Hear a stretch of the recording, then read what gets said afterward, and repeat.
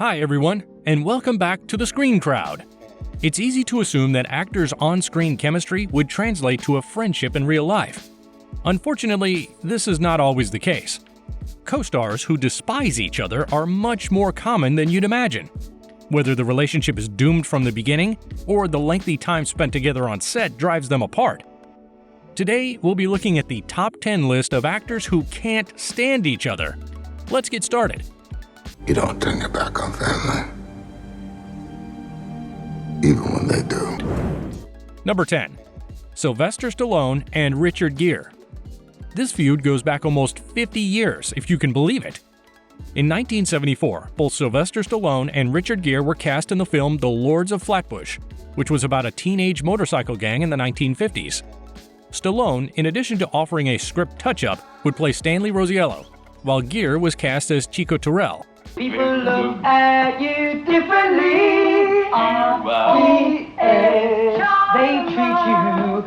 In a 2006 interview, Stallone recalls, "We were rehearsing at Coney Island and it was lunchtime, so we decided to take a break, and the only place that was warm was in the back seat of a Toyota. I was eating a hot dog and he climbs in with a half a chicken covered in mustard with grease nearly dripping out of the aluminum wrapper. I said, 'That thing is going to drip all over the place.' He said, 'Don't worry about it.' I said, 'If it gets on my pants, you're going to know about it.' He proceeds to bite into the chicken and a small greasy river of mustard lands on my thigh. I elbowed him in the side of the head and basically pushed him out of the car. The director had to make a choice. One of us had to go, one of us had to stay. Richard was given his walking papers and to this day seriously dislikes me." What's the matter? Don't you want to see me anymore? Yeah, I do. While both would go on to highly successful acting careers, Gere has never spoken publicly about the experience. Number 9. Bea Arthur and Betty White. Bea Arthur and Betty White are both comedy legends and starred together in the 1980s hit sitcom Golden Girls. Part of the reason the show was so much fun for viewers was that the friendship among castmates, which also included Rue McClanahan and Estelle Getty, seemed authentic. Why are you insulting me? I guess it's to hide my feelings when I'm deeply upset. Oh, well, I understand. In that case, I won't take it personally. Thanks, you human mattress. But as time passed, fans gradually discovered all was not golden on the set of The Golden Girls. Though their time on screen appeared harmonious, Bea Arthur was not fond of Betty White. Bea was not that fond of me, but yeah, why no? I've heard that. I don't know. When Rue McClanahan released her memoir in 2007, her book's behind-the-scenes anecdotes shined a light on White and Arthur's tumultuous relationship. One account even mentions that when McClanahan introduced her husband to Bea Arthur, and Arthur remarked, "Rue I like, Betty's a..." And in an interview with The Village Voice in 2011, White said of Arthur, "She found me a pain in the neck sometimes. It was my positive attitude, and that made Bea angry sometimes. Sometimes if I was happy, she'd be furious." Bea Arthur died of lung cancer in 2009, but the feud remains a topic of conversation. Arthur's son, Matthew Sachs, told Closer Weekly in 2017, "My mom unknowingly carried the attitude that it was fun to have somebody to be angry at. It was almost like Betty became her nemesis, someone she could always roll her eyes about at work. We're sorry the comedy gold that these two created on screen didn't translate to a better off-screen relationship." Number 8. Sarah Jessica Parker and Kim Cattrall. These two talented women worked on the Sex and the City series and its spin-off movies for many years. However, their on-screen camaraderie wasn't reality. Cattrall apparently despised that Parker was paid double her salary, while Parker didn't enjoy how quickly Cattrall's character became a fan favorite. Things boiled over in 2017 when the third Sex and the City movie fell apart and was reportedly canceled due to Cattrall's lack of cooperation. Cattrall gave a notorious interview where she stated that she and Parker had never been friends. We've never been friends. We've been colleagues. And in some ways, it's a very healthy place to be. "I think she could have been nicer," she told Piers Morgan. "I really think she could have been nicer. I don't know what her issue is." Is that I think she could have been nicer. I really think she could have been nicer. I don't know what her issue is. I never thought I'd see this day. You and me both. When Sex and the City got rebooted as the new series And Just Like That, Cattrall's beloved character Samantha was noticeably absent. Variety asked Sarah Jessica Parker whether she would be okay with it if Cattrall ever wanted to rejoin the show. Her answer was unequivocal. I don't think I would, because I think there's just too much public history of feelings on her part that she shared. I haven't participated in or read articles, although people are inclined to let me know. We don't see this relationship being patched up anytime soon. Refresh my memory. How do we know each other again? Number 7. Leonardo DiCaprio and Clint Eastwood. DiCaprio worked with Clint Eastwood on the movie J. Edgar in 2011, where Leo played the title character J. Edgar Hoover with the film directed by Eastwood. Issues were throughout, but came to a boil after Leo requested a retake of a scene. Clint instead announced the day as a wrap and calmly walked away from set. Leo takes a more method approach to his roles and wanted to get the scene just right, but Eastwood's style is to do as few takes as possible and move on. This didn't sit well with Leo. Reportedly, both Leo and Clint were cordial for the rest of filming, and DiCaprio was already slated to appear in a second Eastwood film. But he stepped down, feeling like his voice fell on deaf ears. All due respect, sir, you're beginning to bore the hell out of me. Number 6. Dustin Hoffman and Meryl Streep. On the set of Kramer vs. Kramer in 1979, Meryl Streep said Dustin Hoffman wasn't easy to work with. Some incidents include the time director Robert Benton gave Streep approval to make some changes to a scene. When Hoffman saw the changes, he angrily shouted, "Meryl, why don't you stop carrying the flag for feminism and just act the scene?" Streep commented on this film scene of spousal abuse to the New York Times and stated how her co-star went overboard. Then, of course, there was the scene when Hoffman literally slapped Streep. "This was my first movie, and it was my first take in my first movie, and he just slapped me," she said. And you see it in the movie. It was overstepping. We were shooting the scene, and I was properly upset, I thought, and I was getting my stuff together and walked out in the hallway, and he looked at me and he slapped me as hard as he could. Who? Dustin? Dustin. What the? Yeah, and you can see it in the film. There's a big hand mark. I was so kind of shocked. Years later, while playing a game of Marry, Shag, Kill on Andy Cohen's Watch What Happens Live, Streep chose to kill Hoffman without question. I'm going to give you 3 names, 3 co-stars you've worked with. Dustin Hoffman. Yeah. Jack Nicholson. Yeah. Robert Redford. Redford, Mary, maybe. Jack Shag. Okay. And Dustin Ixnay. Dustin. Okay, very good. Number 5. Robert De Niro and Mickey Rourke. Over the years, Robert De Niro and Mickey Rourke have had several arguments that have resulted in some very public controversies. Even after all these years, Rourke's hatred for De Niro hasn't waned. De Niro and I worked together.